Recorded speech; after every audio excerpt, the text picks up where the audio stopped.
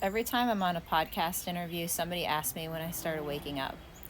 And it's really not an easy answer because I'm still waking up. I'm still remembering things all the time.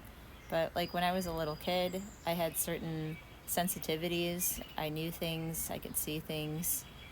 I've always had a deep connection to the dragons.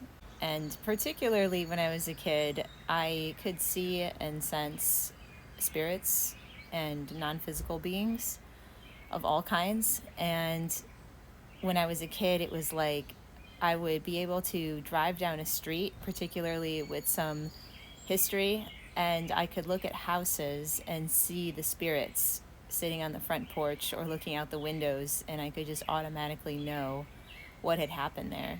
And that gift is still with me. What do I do with it? I don't know. It's just a thing, just another thing.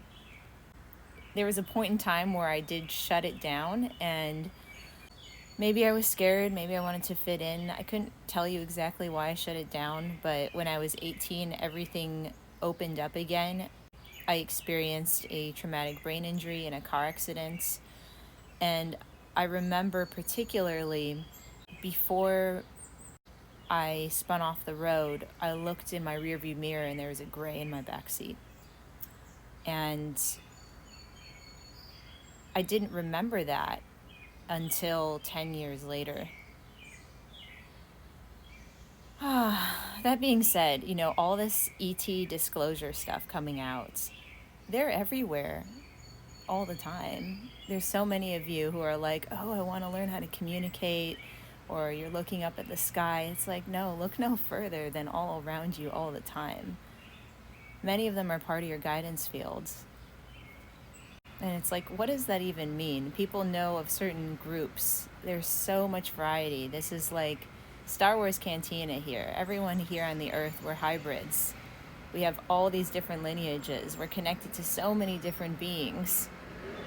I mean, it's interesting and it can be very beautiful to connect and reunite with family and spirit family and gifts and wake up all these beautiful things, and then see how do we want to bring through the knowledge, the connection, the love, the artwork, the technologies. You have so many people who, whether or not they know their connection to their star families or their lineages, people who have that spiritual connection, many of whom are also scientific geniuses that bring through these new technologies and information and downloads that come in the form of books and new ways of understanding the elements and how we create here. It's wonderful. And I love supporting people in remembering more of those things.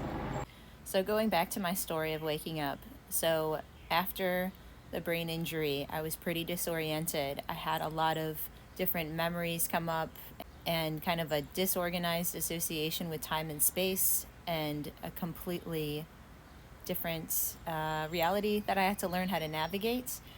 And I sought support with meditation, nutrition. I got really into Zen Buddhism at that time in my life. I studied in Japan.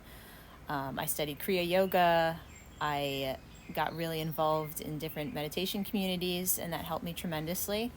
And then later on, I was exposed to Oriental medicine, studied that, acupressure, reflexology, shiatsu, herbalism, then cranial sacral therapy, family systems. It just kept opening up because I was healing myself throughout this whole journey. And then around age 27, 28 or so, Saturn return time, I met some key teachers in my life, and I was going through some traumatic transitions as well, including divorce, and still in grad school, and all these different things happening in my life.